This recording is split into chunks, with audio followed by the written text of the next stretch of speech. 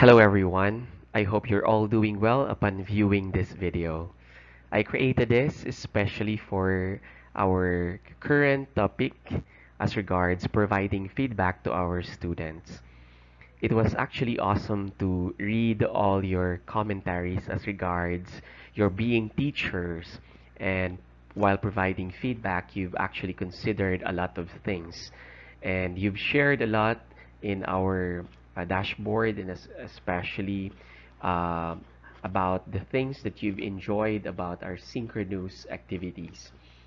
Now, for me, providing feedback is very essential, most especially when you decide to be a person who would really like to improve the capabilities or competencies of your students. And providing feedback is also essential so that there could be improvements in the future. And here are the things that we have actually in providing feedback.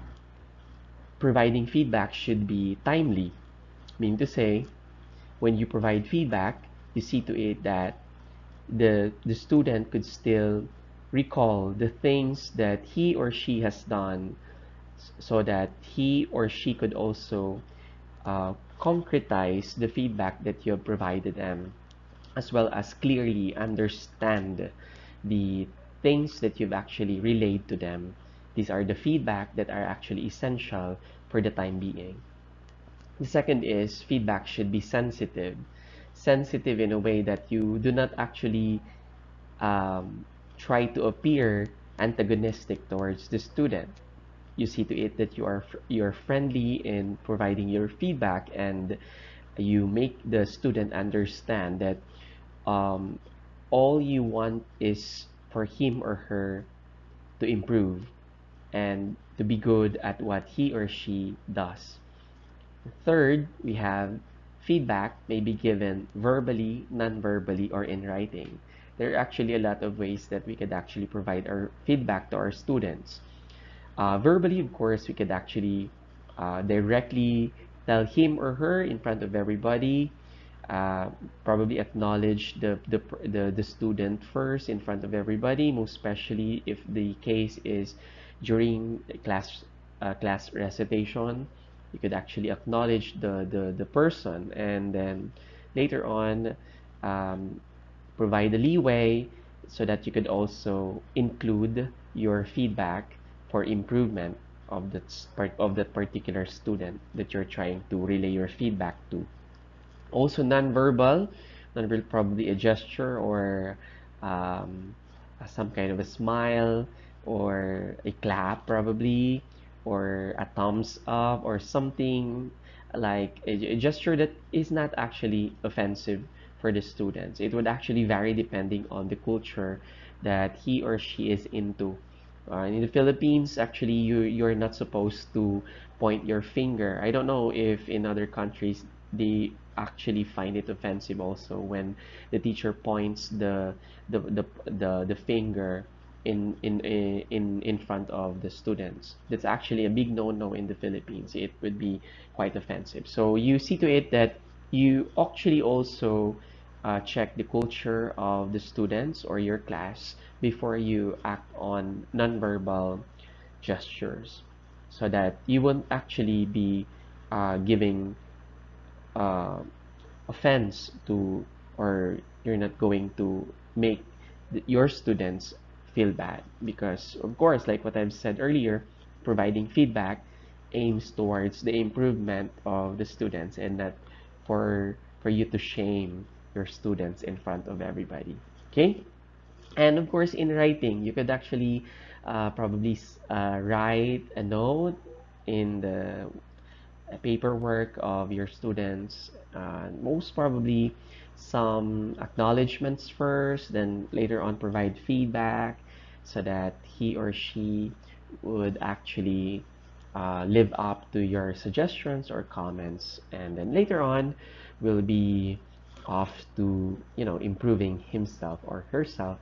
And of course, we expect that the students would really thank you for giving him or her the opportunity to know his or her errors in a particular thing that he or she did, and he was able to improve. Here is actually one of my virtual classrooms. That this is actually one of my classes, virtual classes, wherein we meet, and this is the time for us to connect. And this particular time is also a way for me to provide feedback to our students. And you see the smiles on the face of my students while I also acknowledge their presence and also provide feedback as regards the courseworks or activities that they have actually submitted. And also some acknowledgements about the students who performed well and those who really exerted their efforts, so that they would actually feel that they're improving as well.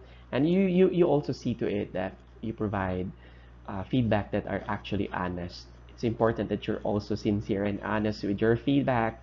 Giving feedback does not mean that you're just going to commend them. No, no. Of course, feedback is to improve the person, and you cannot improve the person if you're not going to also highlight some errors. But of course, it's actually something that entails creativity on the part of the teacher on how he or she is going to do some giving of feedback, and not offending the students or shaming the students in a way, especially in a classroom setting like this, in a virtual classroom, because not everybody could easily get the message across. Some might actually misunderstood you. Some might actually, you know, misconstrue the words that you've uttered, especially if you're actually using English as a second language, because it's not their second language. It's not our second language. So we have to be careful. Some might actually misunderstood and misconstrue your message. So you have to also explain why you're saying these things to them, or whatever feedback you provide them. You explain it very well, and you see to it that they do really understand your point, why you actually why you share such message to them. My face-to-face classroom. This was actually a pre-pandemic classroom setup. This is also a way for me to provide my feedback about the activities, and during their recitations, I provide feedback. This is actually a literature class. This is an English literature class wherein I would ask my students to, come near me so that they could listen to my story, and then later on they would actually share what they understood about the story based on, of course, the guide questions that I provide them, and then I'm going to process the answers of the students while providing the feedback for all of them. Okay, and this is quite actually difficult, because they see your verbal and not they see your non-verbal gestures as well, and I have write-ups on the board so that I could highlight some important words or probably some reminders that I needed to emphasize for the whole class. And I see to it that they're also seated comfortably, and the same with me. I have to be seated comfortably, meaning to say, this is a gesture that would actually make them really feel comfortable, and then would actually give them this impression that um, I'm not a terror teacher, that I'm there to be like a parent for all of them. Next, the benefits of giving feedback. Of course, it's an opportunity to understand their mistakes and how they could improve their mistakes, another viewpoint of themselves, diffuse conflicts before they happen, decision to improve and understand themselves, the self better. So there are a lot of benefits of giving feedback, and I hope you've gained something from my discussions for today's activity. Thank you very much for this opportunity to be part of Civil Communication program, and I look forward to our next activities, and I hope we could all live up to the expectations from each and every one of us. God bless you all, and regards to everyone.